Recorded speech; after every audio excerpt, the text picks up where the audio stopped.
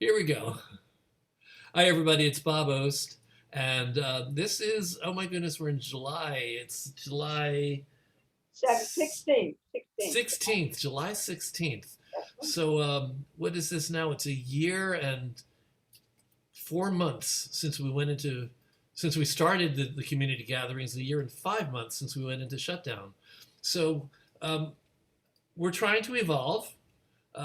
Now that there's been a vaccine and now that we're suddenly looking at the prospect of coming out of quarantine and shutdown and going into live theater, there are other things to talk about.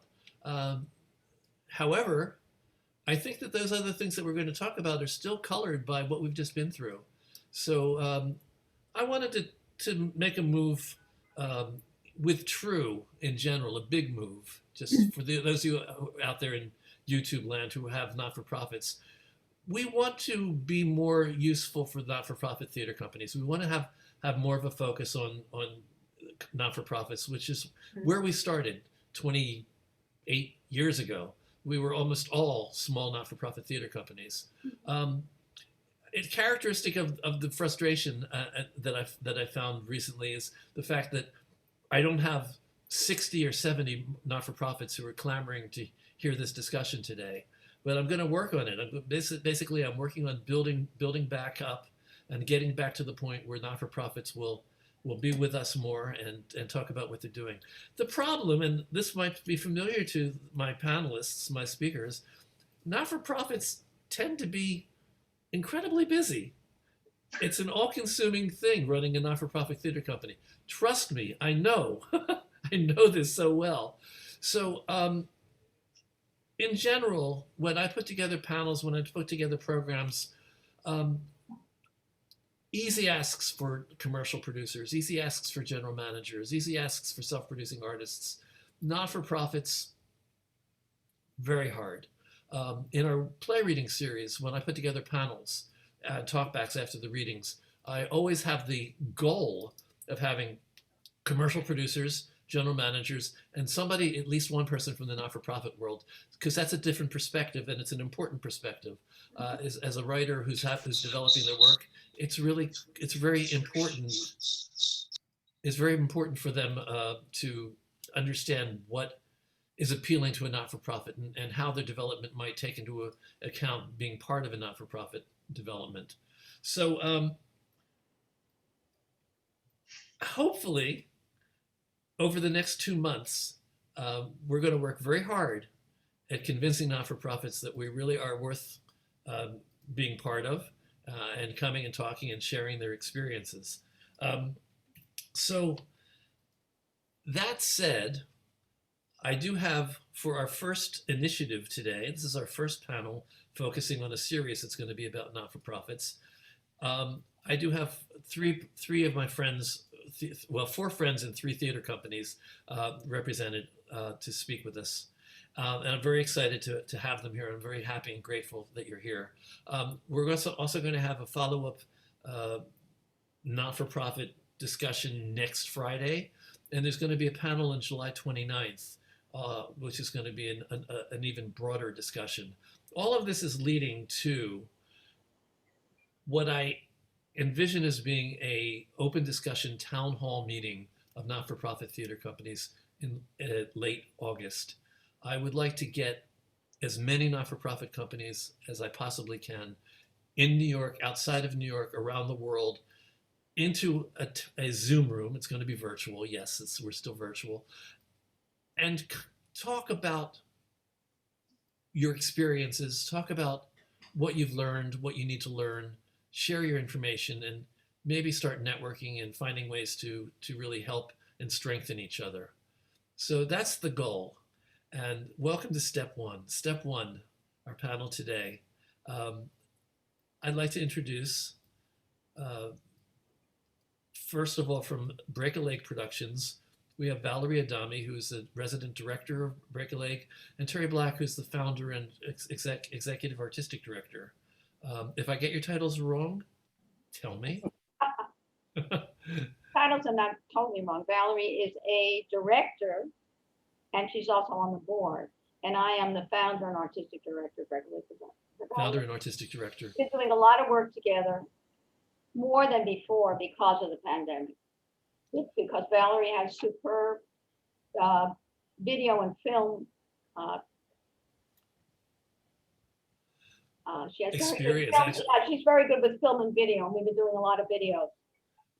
Valerie, well, I'm going to come back to you in a second. I just want to acknowledge Judith Estrine is here from Prism Stage Company. I used to call it theater company, but you're Prism Stage Company. Prism Stage, PSC, yes, yes. Prism Stage. And Meghan Crosby is from, Meghan, are you there? American Renaissance Theater Company, right? I am. I think somebody turned off my video, but yes, I'm from the American Renaissance Theater Company. Thank you, great. So I'm from Artc, which is an intergenerational theater company that's been around since 1976, and I'm the interim co-artistic director of the company. So let's go back to you, Valerie. Tell us a little bit about your background, and why is it that you know so much about film? Well, for about 30 years, I was the director of the Weiss Barron School in New York City. And of course, our focus was acting for film and television. So that's where it all started. Commercials, film, TV. Unfortunately, the New York school closed in 2015. But I was lucky enough to be asked to join the SW Artists Agency and head their youth division. So my day job is as an agent, but my evening job, which I love probably a little more, is working with Teri at Break a Leg, because as I'm sure she can tell you, we concentrate on new works, and because of the pandemic, we needed to keep our face in the spotlight. So we came up with the idea of filming a series of the short plays that came in instead of doing a live reading series. I'm going to stop you now because I want to come back to that. I want to build. What I do is I like to start building foundations, and then as we build the discussion, we get to where we are today. I want to start with the mission and the background of Break a Leg Productions, and we're gonna bring it to how you adjusted, how you pivoted for the pandemic. That's definitely going to be a central discussion. Well, Teri can tell you that. Well, the background has sort of changed. The idea is it's theater for all. And the subtitle of that is getting plays on their feet.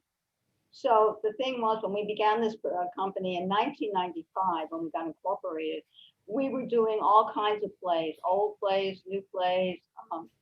And the idea was to include as many people as possible before it became political to do that. We have non-traditional casting, et cetera, et cetera. In recent years, we have taken to doing many, many stage readings, but the stage readings that we do are rehearsed.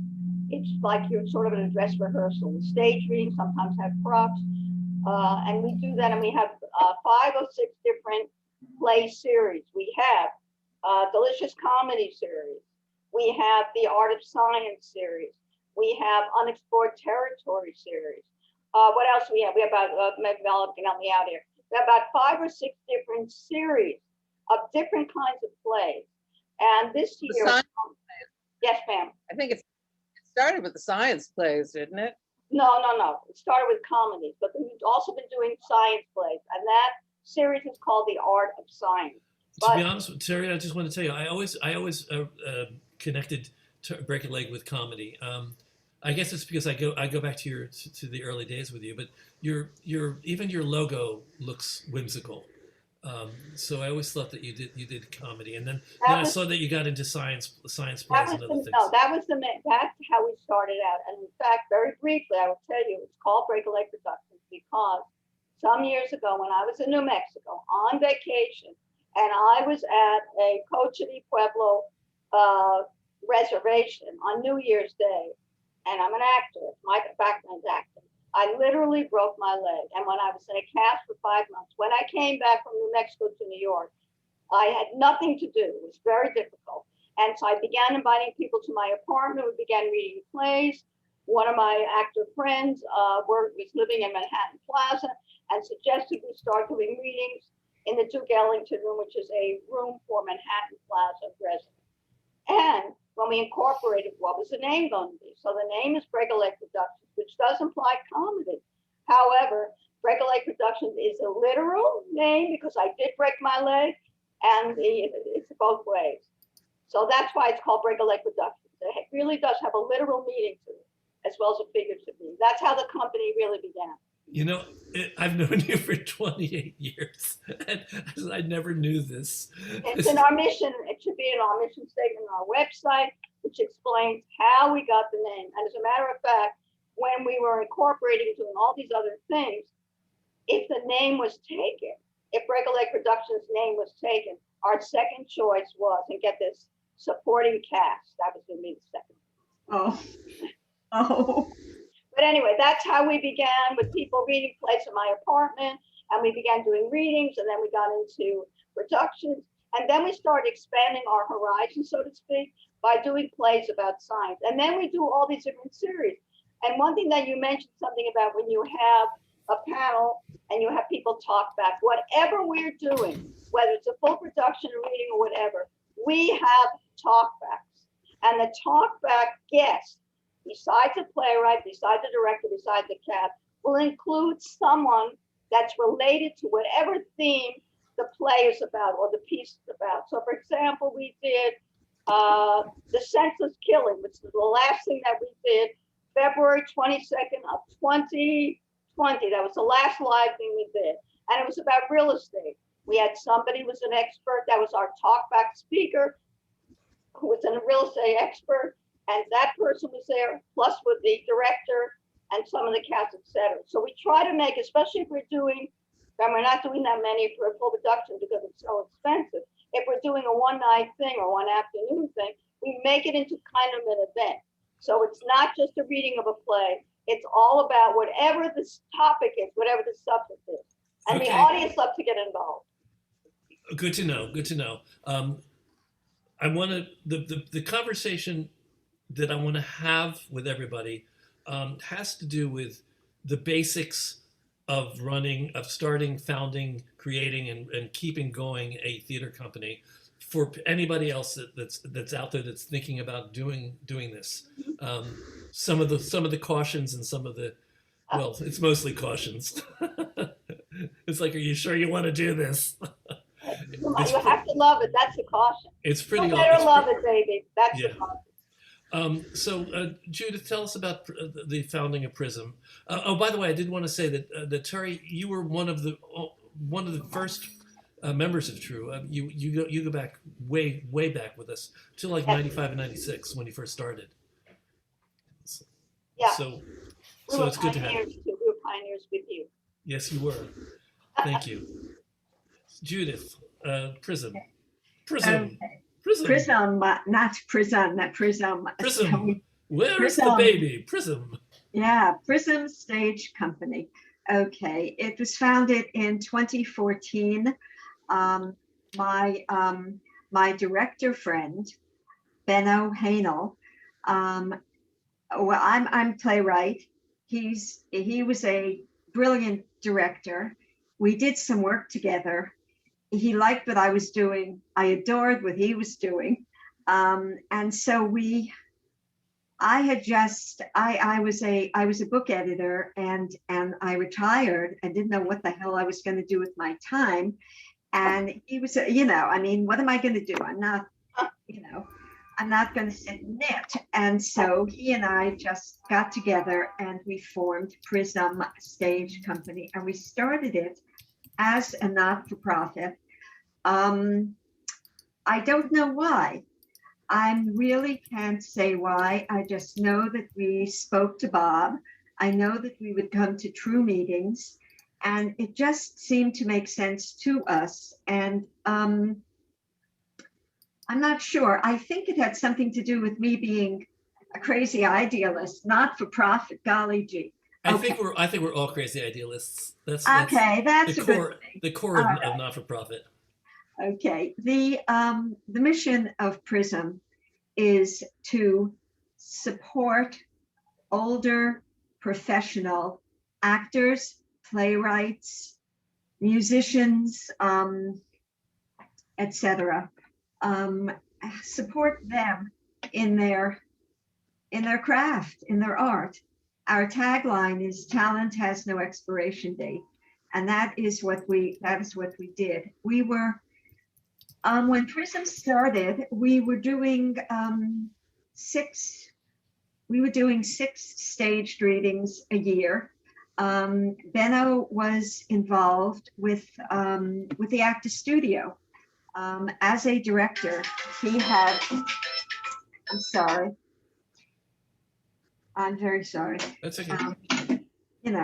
You know, my sideline is I'm a bookie, so we're going to be getting, these phone calls. Yeah. Dear God. Okay. It's persistent, isn't it? Telling you, money it's like Chucky from AT&T. Money is money, honey. And so we would have six staged readings a year. We had fabulous actors. It was wonderful. And because what we were doing resonated with theater companies, we were getting free theater space, which was a miracle because we could not have afforded anything ourselves. We got free theater space. Okay, well, these are details that I want to get to. I want to set a foundation. Meghan, I want you to tell us a little bit about American Renaissance Theater Company and what your mission is and how you got started. Absolutely. So ARTC, or the American Renaissance Theater Company, we were founded in 1976. Now that predates me by a year or two, but it was founded by two actors, Robert Elston and Elizabeth Perry.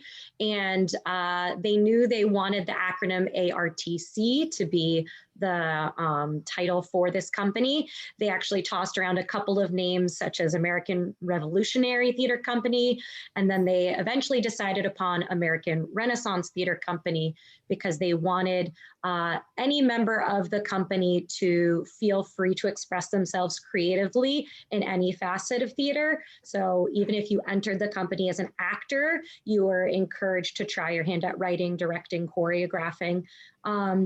And the name has stuck. And our current mission is to continue this idea of creating Renaissance people. And so me, for example, I entered the company as a playwright, but I was trained as an actor before and a dancer before I became a playwright. So I'm grateful to have had the opportunity not just to write plays produced by the company, but also to be an actor, to be a choreographer. So we maintain this idea of individuals stretching themselves creatively and exploring the bounds of their own talents and theatrical interests. And we're also an intergenerational theater company. So we still have some founding members such as Elizabeth Perry and Anita Keel, who are still members of the company. So the ages of company members range from 21 years old to literally 99 years old is our oldest member. So we are trying to find ways to transcend our titles as thespians, trying all different aspects of the craft, as well as transcend age and just find ways to connect people, young, old, and of many different styles of theater. So basically, I wanted to establish, when you were founded and why you were founded and what your missions are. And I just want to make the statement to everybody that one of the most important things for a not-for-profit theater company that is serious about being a not-for-profit theater company is to have a mission, have a clear mission. It's a tricky thing, and you guys can agree with me or not. It's a tricky thing to create a mission statement that is specific enough to make you unique, but also general enough so that it doesn't tie you down. Because in 3 years, you may be wanting to do something different than you're doing when you founded. Like Teri, if your original mission had been focused on comedy, it would have been troublesome for you to expand beyond that later. What? You actually were saying something about expanding the comedy. We did start out just doing comedies. No, and I'm saying that in our mission statements, specifically, one of the things that we're all supposed to do when we apply for a not-for-profit theater company is I didn't ask. Are you all 501c3s? Yes, Yes. Okay, Yes. so when you apply for your 501c3, you're specifically asked for a mission. And the trick is to state your mission in a way that gives you flexibility when you grow, but it also can be specific enough so that when you approach funders, they go, oh, I hadn't thought of somebody who did this, as opposed to people that try to make their mission statement to provide good theater at a reasonable price to general audiences, which is like, there are certain things that people tend to migrate towards that are very, very generic, that are probably too generic. Hold on. Talk amongst yourselves. I'll be right there. Oh, good. So Gary picked up the phone. Can you, Meghan? You weren't around at the founding in 1976. No, I you weren't wasn't. even born. Not quite. So I'm not going to ask you this, but Teri and Judith, when you first founded your companies, was your vision and was your purpose? We're here. There's not many places we can go. Oh, wait a second. There. Sorry, I found somebody who was on the phone. Was your mission statement? How has your mission changed? Oh, let's put it that way. How has your mission changed? Okay. Originally, when you applied for a 501c3, you made certain statements about what you were going to do with that 501c3. Right. The thing was that we mentioned, I can't remember off the top of my head that well, but it was something about through humor, we can see our commonality. It was something about, that we're all, and we can see all our differences and we can come together through the use of humor. And yes, the use of humor was in the original statement. But what happened was, as you previously mentioned, we did start out in comedy. One of the reasons that we expanded was because of my husband. And my husband is a physicist, scientist. And somehow he was asked about doing a play or something. Then my husband and I began working together on producing. He was working at the Graduate Center at CUNY, and he was in charge of a art and science program there. And that he and I got together and began coordinating things, began working together and doing plays about science. And that's how that came about. So then we expanded our horizon, so to speak. By now we're doing the comedy. We began doing the art of science, And that proved to be very, very successful. And in addition to that, then we began doing other things on Explore Territory. We have a whole list of reading series that I mentioned earlier. But that's how we began expanding different kinds of plays. And then during the pandemic, as I also mentioned earlier, we did 3 video series. And we're planning, because it was so successful, especially the one we did in February called the 5x5 Love Festival. It's 5 minutes, 5 pages of 5-minute plays, all about love and the relationships. So we did that for Valentine's Day. I hope you know that I've been promoting that in our TRU newsletter for months now. Say that again, sorry. I hope you know that I've been promoting your series in the TRU newsletter for months. Well, we have a whole bunch of things, but my point being is about expansion, including the play that Valerie was in and the plays that Valerie directed. Valerie directs. Valerie's also been active in it. But the thing was, we began doing out of desperation, as many of theater companies and other entertainment venues have during the pandemic. We began doing things on Zoom. And one of the things that we did 3 video series. And the latest one we did was, we did 3 video series. Valerie should probably talk about that. And we found it to be so successful that I said a moment ago, we're repeating it again. We're having a Love Festival again in February 2022, and was very, very successful. So we've not only done theater, and we've also had one other thing that we've added with the Zoom thing. We've added 2 other programs. One is I've been doing interviews called breakaway briefings. So far, we've done 3 interviews. It's about 10 minutes long. One was with David Cassidy, a playwright that we worked with. Another one is with, what's her name, the famous, Valerie, help me out here. The famous playwright that we did with playwrights. And then we've also knows we don't even have to say her name. All right, why don't you take over the video part of this, because talking about the video, you were instrumental in that. I should also mention that our company is mainly made up of actors. So we needed to find a way to really service the actors. Actors want to act. So, and I can't think of anybody on the committee who isn't an actor. On the lit committee. Literary committee, right. Yeah, so the subject was brought up to try the videos, and they were terrifically successful. Gave the actors an outlet, kept our name out there. Thank you so much, Bob, for promoting. That's lovely. And but we're all getting very anxious to get back on stage. You mentioned you were talking about like what does it take? It takes a lot of commitment. And whenever you get a group of people together working on a theater company, it's going to be like Congress. You know, there's going to be a lot of infighting. There's going to be a lot of compromise. Right. There's going to be a lot of people, like we lost a lot of people because they felt they weren't being cast in enough projects, and they didn't want to hang around long enough and just be supportive of the company.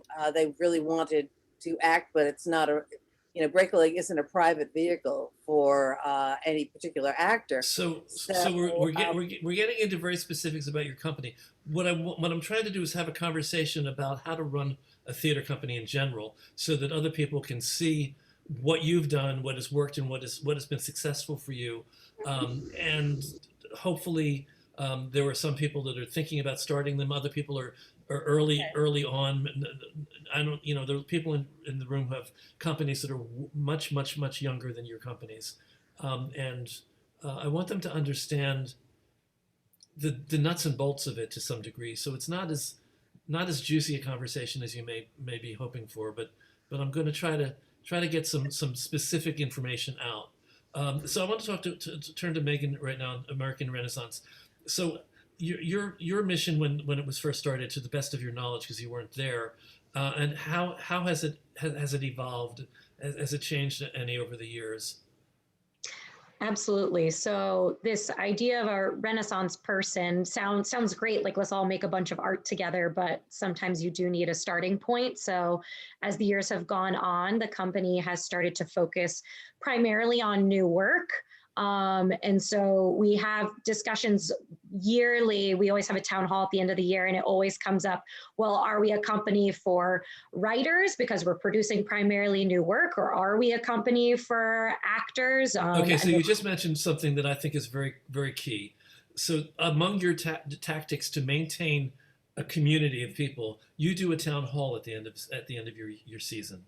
So yes. I've never heard that from anyone before. So I'm sure other people do it, but it's good. It's a good thing. It's a good trick for people to hear. Say, oh, we can do that.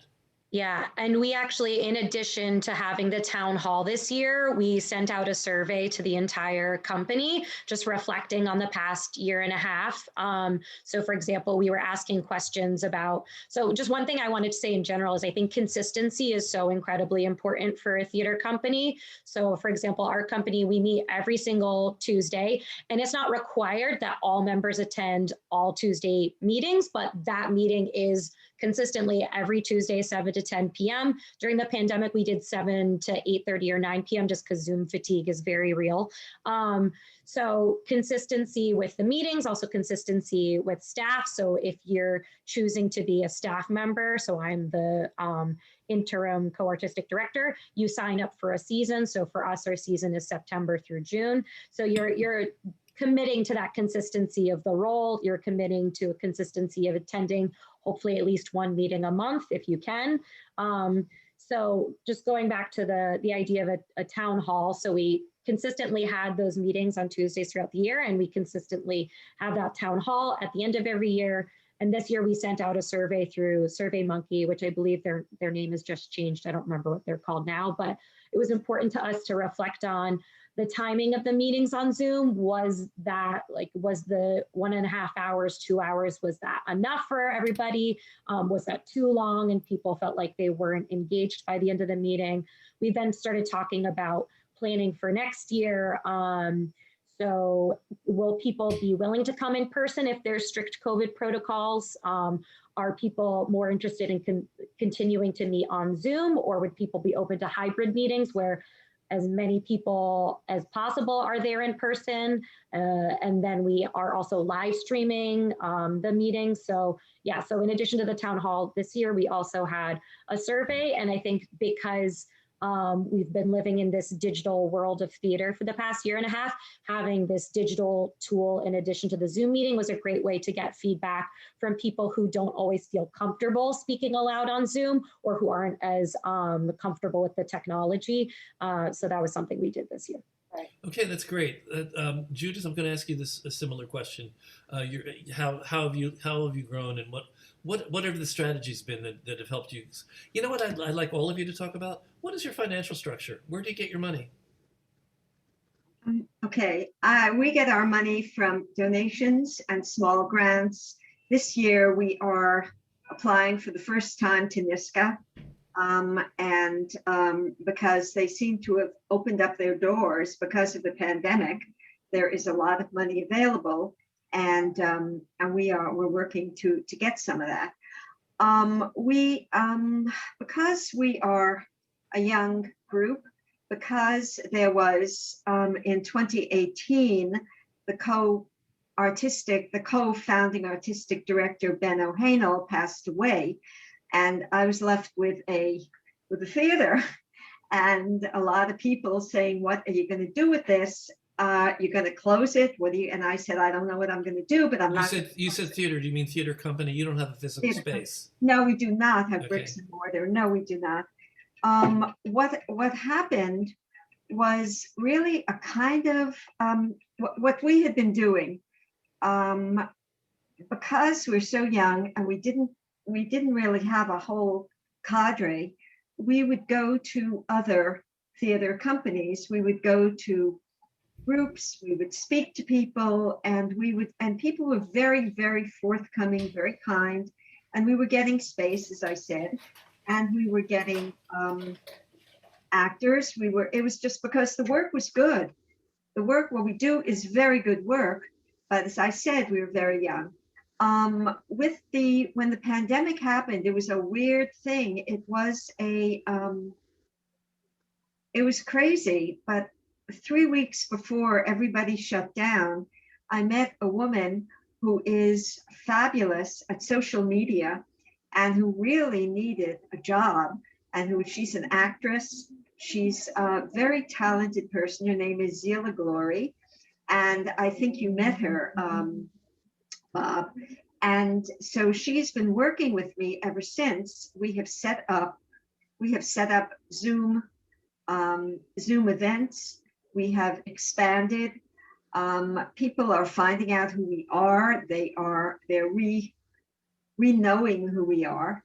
And this coming next April, we're going to be doing our first for-profit, not-for-profit collaboration with a company called Create Theater, with Kate Camerata, and we're going to be renting space, God willing, on Theater Row, and doing a show, we'll be doing several shows. We'll be doing I'm losing my words. Repertory. We'll be doing several in repertory. And that's pretty exciting. Teri and Valerie, your financial model. I was wondering, because of because you all three seem to have to some extent to be membership organizations. I was wondering whether you had a structure that involved membership dues, and you don't. Okay, well, we get our finances, as Judith mentioned, grants, donations. Sometimes we have fundraisers. We always have that problem of money, but so does everybody else. I also wanted to mention that we too, as Meghan does, we have company meetings about once a month. We also have a literary committee, which meets every couple of weeks. We also have on staff a literary manager, a person that takes care of the submissions, et cetera, et cetera. And we have other staff too. We have someone who takes care of all the digital social media thing. And right now, actually, we are looking for an assistant to me and to the company, and you can go on our website and take a look at that. It's also been posted on Facebook as well. We had someone that we hired who's very nice. He had to leave New York due to the pandemic. Anyway, long story short, he left for a full-time theater job. He's now in Vegas. So we are looking for a part-time paid position. So you have paid positions. So we have one or two paid positions, but they're all 1099 people. We're not employers. We don't have benefits or anything like that. Yes, we have a couple of paid positions. One is the literary manager, who I just mentioned a moment ago, and another paid position is the assistant, who's an all-around person that takes care of our email list, that sends out the letters to the donors, that just is an all-around kind of sets up the Zoom meetings. We have done those are both part-time paid positions. So we do have two paid positions, yes. Meghan, American ARTC, does it have paid positions or is everybody working volunteer? There are no paid positions at ARTC. Everything's volunteer basis, and similar to what my colleagues have said, we're a donation-based theater company. We don't have dues, but we pass a hat every week. When we were in person, it was an actual hat, and now during COVID, it's been just via PayPal. We send out a link. We have fundraisers usually once a year, and when we're promoting a particular show, depending on the show, we're sometimes charging admission, especially when we were in person, we were charging admission and then also asking for donations. Since we've been on Zoom, we've been able to actually save some money. So we've just asked for donations, and all of our shows have been free. I would say that since we've done Zoom, I have to mention, first of all, we do pay directors, and because we're an equity, sort of an equity company, we go by the equity rules. So even if you're in a reading, you'll get carpet, blah, blah, blah, with equity. I wanted to mention that as well. Judith, how about you? Paid positions? One. We have one Zila who's, few hours a week. And she does our social media. She does a lot of our stuff, a lot of all that visual stuff that I don't know how to do. I can barely get on Zoom as you saw. No. Barely. Yeah. That's okay. She's really good. And we have a guy who reads manuscripts and he gets a little bit of money. And everybody else is, everyone does it out of love. The other thing I wanted to mention is during the pandemic, we actually spent way more money than we usually spend. Because we did these videos, we have someone in our company who we pay to do the editing, which took hours and hours and hours. So that was also paid. And we do not charge, as Meghan said, we don't charge any dues. Back when we started, I neglected to mention the person who I started with, a gentleman who's still around named Teri Black. So I met him. We were both acting in some theater company on the Upper West Side. We became very good friends. And he was the co-artistic director for about maybe 15 years. And early on, we thought we would ask people that weren't interested in the company to pay something like, I don't know, like $20 a month or 10, it was very small. It was more difficult to get the 20 bucks a month from them than it was to have any venue pay us. So after a while, we just forgot about that. You are considered sort of a member. We don't do it formally. And we always try to be very, very inclusive. And as Valerie mentioned, it's mostly a company of actors. So for the literary committee, we always try to use the people that we have. But as you know, Bob, we have Valerie and another person from the company named Rosemary Hopkins. They come to the TRU auditions. I cannot tell you how many people we have used from the TRU auditions because try to tell me, please. No, I will tell you, because what happened is I have a casting file. And when we have the TRU auditions and Valerie and this other woman, Rosemary, goes, they tell me who's great, who they were impressed with. And then that person sends me the photo headshot resume. And then I'll write and they're recommended by TRU. And without even auditioning sometimes, especially if it's just for a reading, we have gotten many people. For example, Sarah Taylor, Valerie, we got her from a TRU audition about a year ago. So yes, you are a That's true. very That's- good start. So of course, I wanted to mention that. That's so great to hear. I thank you for sharing that. I appreciate that very much. You know, the so thing. I want to Okay. go back. I want to go back to structure. I want to go back to infrastructure because, although this can't necessarily be a how-to because there is not one way to do this. I want people to at least know how things are set up. Who are the people that run your company? How many different titles are there, and do those titles actually correspond with a real job? The title does correspond to the real job. When you have somebody, and as Judith said, and Meghan said, and we've said, most of the people are volunteers. And So if let's they start with don't- you. Let's start with you. Your official title is artistic director. Yeah, founder. Founder and artistic Slash director. artistic director. Well, founder is not an ongoing job. you did that. You've Not done that. horrific. But I like to have it in. Founder is what you always will be. You'll never get rid of that title. Okay, good. But an artistic director, here's what I want to say. When you reach a certain level in running a successful not-for-profit theater company, it seems to me, at least, that it's important to start dividing the labor, dividing the responsibilities.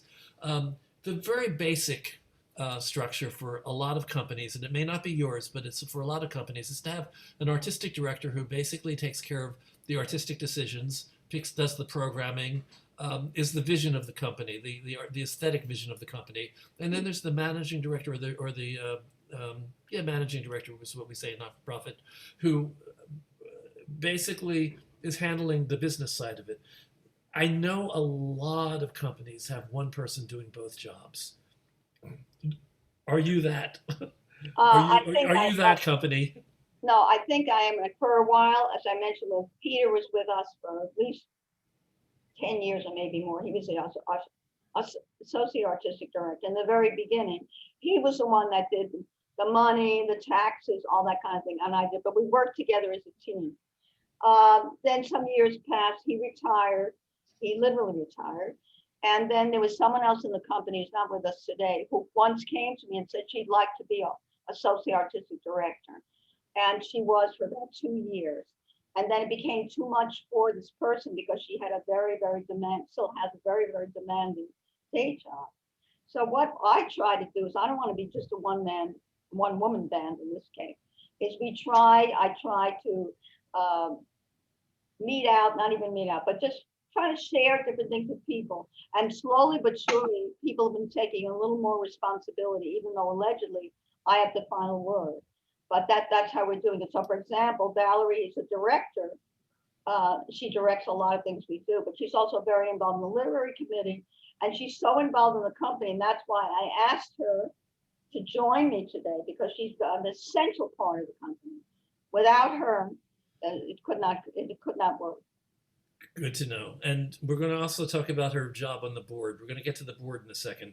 But I want to, Meghan, I'm going to go to you with the same question. What are the job titles, and do people really do different things? So I think we have 12 different staff titles, which is way too many in my opinion.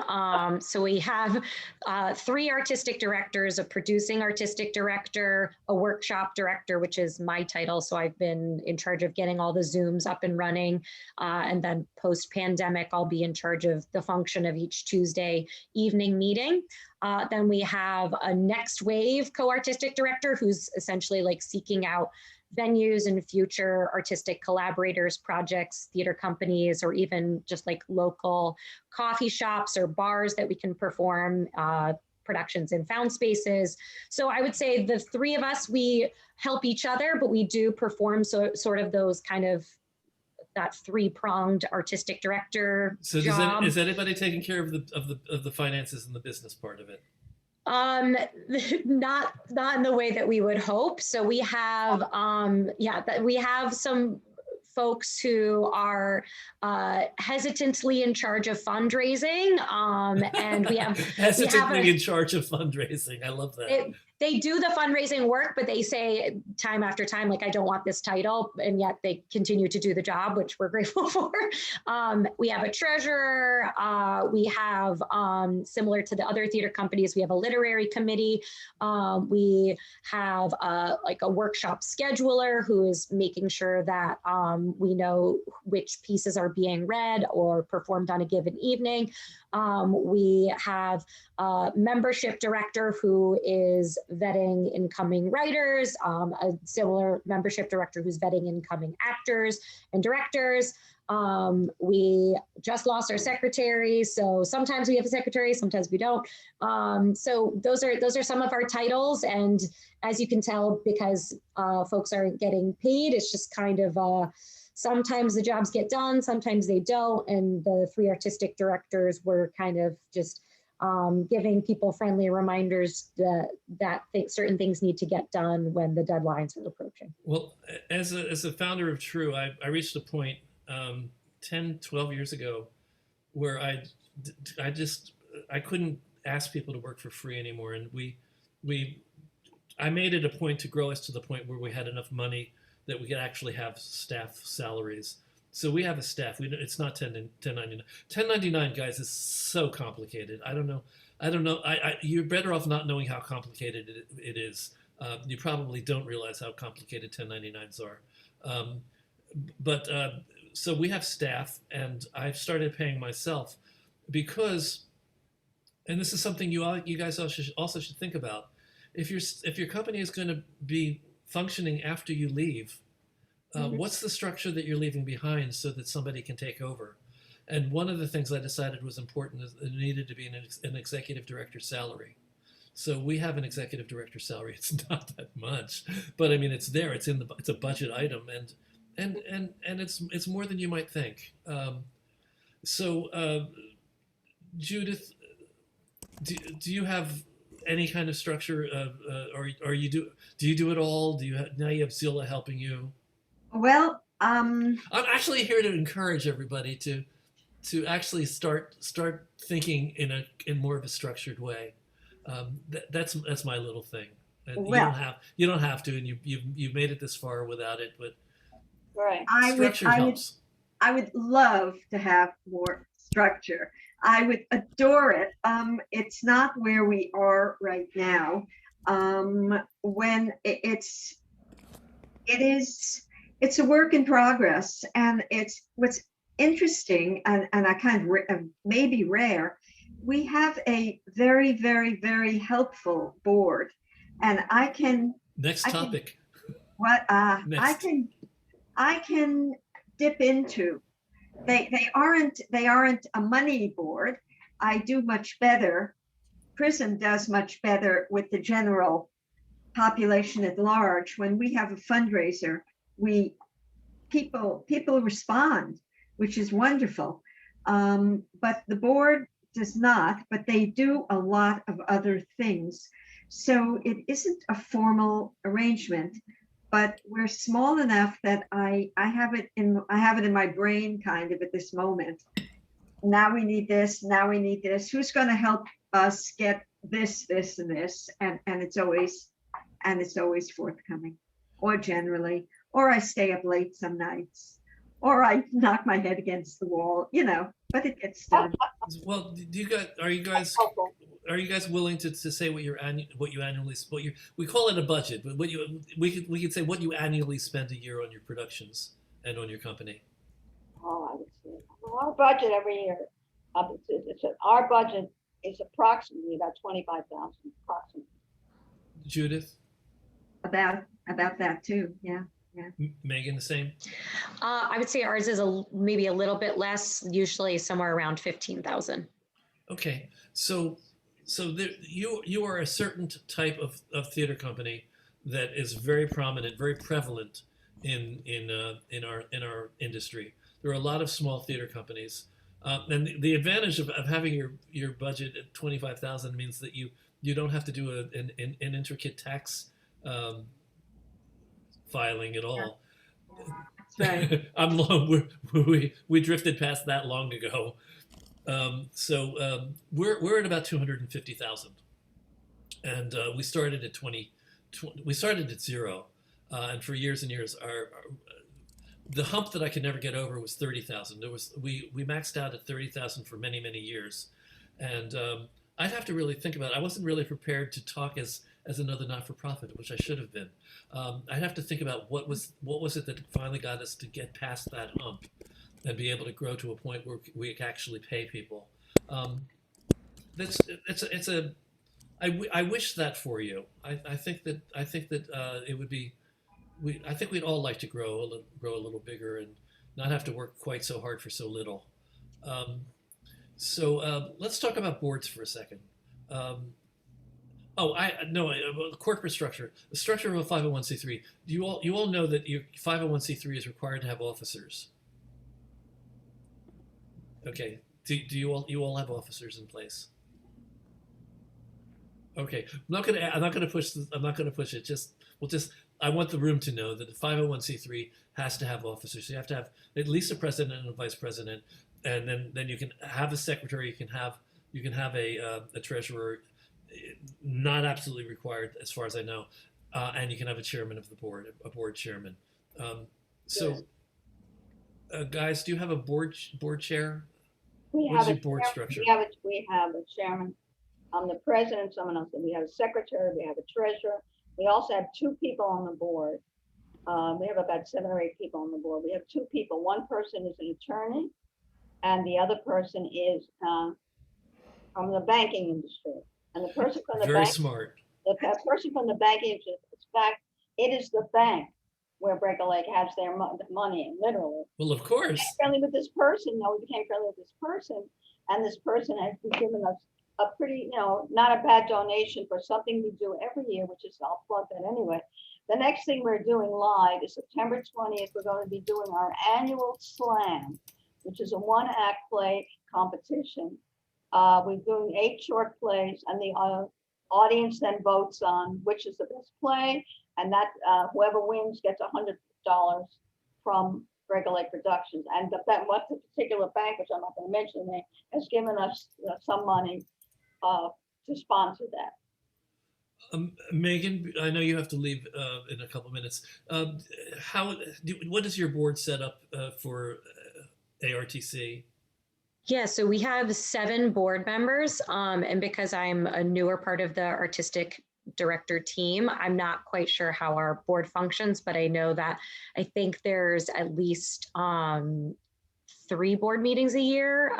But other than that, I know it's just seven members on our board. So how about you, Judith? 7. We have 7 board members. Yeah. Okay, and the standard wisdom, if you get board training, is when you choose people for your board, there are 3 different things you look for. One is money. You want people to be you want to have a money board if at all possible, because it makes your life much easier. It gives you a baseline of money for your functioning during the year that you know that you can sort of depend on. Then there are people that have skills that they can bring to your company, like your banker and your lawyer. Anybody that does something that you need that they can do for free or for cost, like a printer. I know somebody said they started their board with a printer. That's also important. And the other thing that you can have, if people don't provide one or the other, you want them to be workers. You want them to actually be board members who help run the company. You want them to put their time and energy into it. So that a board member needs to contribute something to be on the board. Okay, so just want to clarify that. Yeah. I'm gonna bow out, Bob, but thank you so much for having me. Thank you, Meghan. It was nice meeting you. Nice meeting you, everyone. I know about it. I know about the 30, 35, or 40% of your company. I know them all. That's incredible. Awesome. Yeah, they're a great group of they're a great group of people, and we've gotten a lot of actors from TRU, just like Teri was saying earlier. So Good. Thank you. Have a great day. And we Have a helped. great weekend. Bye. You too. So we don't have to go on much longer, but there are other things I wanted to talk about. This is where I was going to get to. I'm going to do two more questions. The first question is, what you started talking about a lot. You just finalize your conversation about the pivot into COVID, how you changed your operations because of the shutdown, and how that's going to change again now that we're going back into, or not change, as we go into reopening of theater. And the other thing is, what is the most important thing you learned from the past 15 months in shutdown? Well, I think we learned, I'll say we, of course, that there are more options out there than one thinks. Now, this happened we're in 2020. This happened in 1920. We probably would have gone to, maybe we would have been able to do our own radio show. I don't know. But it really led us and forced us to think about other options. There we talk about doing the videos. There we talk about having something, table readings of new plays by playwrights, which we do in person. We now do it on Zoom. We make it into a much fancier thing. We now call it Playwrights Platform. The videos that we mentioned and the interviews, and it forced us like, well, what are we going to be doing? Not only because we were shut down, but with everyone else, we have no idea when this will be over. Can we open in 6 months? Could it be 3 months? Nobody knew anything. Not that they know a little that was crazy. Last March, April, it was crazy. Crazy, and so we were. It's only going to be 4 weeks. It's only going to be 8 weeks. Suppose we had no idea. So what I'm Memorial Day will be open. 4th of July will be open. It forced us to come up with other things. Let me just step in for a second, Teri. Sure. Our companies depend upon contributions. So if we are not in sight, if there's no product being put out there, how are we going to ask for any sort of donations and contributions? And people are going to think that we don't exist any longer because they haven't heard from us. They haven't seen anything from us. So we had to, put our brains together and figure out how can we create a presence for ourselves out there so we can continue to interest our audience and make them excited about what we were doing. And it worked. It worked very well. It worked so well, in fact, that we're going to continue adding the videos to whatever we do for the season. Right, and I'll just add one thing to what Valerie said. We used to do, sending out, when we were doing a play, whatever we were doing, we'd send out a postcard, and we would send out an e-blast. But then, this last year, we've been trying to send out e-blast every single month with either a video attached to it or an interview that I mentioned, something as Valerie. I get them. Okay. Good. Once you're on the mailing list, you never get off. You know that. But anyway, the point is that, as Valerie said, everybody just thinks that we didn't want everyone to think that we just disappeared, literally disappeared, because we did literally disappear doing live shows. So we were forced to, which was very good, do these monthly e-blasts in which we had to announce something.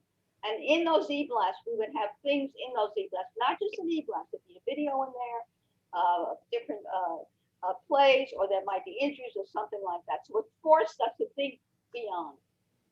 Yeah, one of the things that was really amazing to me was people started reaching out to me.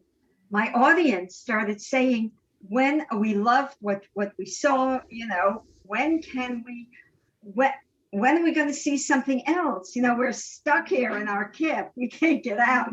What is, when are we going to see something? And it gave us such a sense of joy and power, and we worked really hard to get good stuff out, to really to rehearse it, to get it, to have it worthy of our audience. And that was very valuable. And then we were fundraising, and people were giving us, and it was a little miraculous. I found that people have been incredibly generous during the past 16 months. Amazing. Yeah. We created a specific program, as you may know, which is where you are right now, the TRU Community Gathering, specifically as a response to COVID and the shutdown, and to keep us visible, to keep us not only visible but useful, to keep us useful to the community. So we had something that we could do, and we haven't had a big drop in income during COVID. There's been a drop in income, but there's also been a severe drop in expenses. So we've really been coming out way ahead, and a lot of things that we're doing, I'm going to keep doing virtually because I don't have to. I love the fact that I can book a Zoom anytime I want. I don't have to make sure that the theater is available or the rehearsal studio is available. That's true, but there's nothing like, first of all, I want to add to what Judith said. Every year we send out a fundraising letter. This year, we garnered more money than we did in the previous year. And maybe because along with the lines of what Judith was saying, people are asking, where are you? People were happy. People are trapped. People were desperate to have something enjoyable to watch, something desperate to have some fun. And that's why most of the things that we did on video were fun things. We didn't want to really do too much that were downers, especially in a time when people themselves were so down. We wanted to bring a little, as I use the word, fun, fun into things. There was one other thing I'd like to add about the Zooms. We were Zooming actors in from Australia, from Paris, from God knows where. And the problem, of course, was the timing.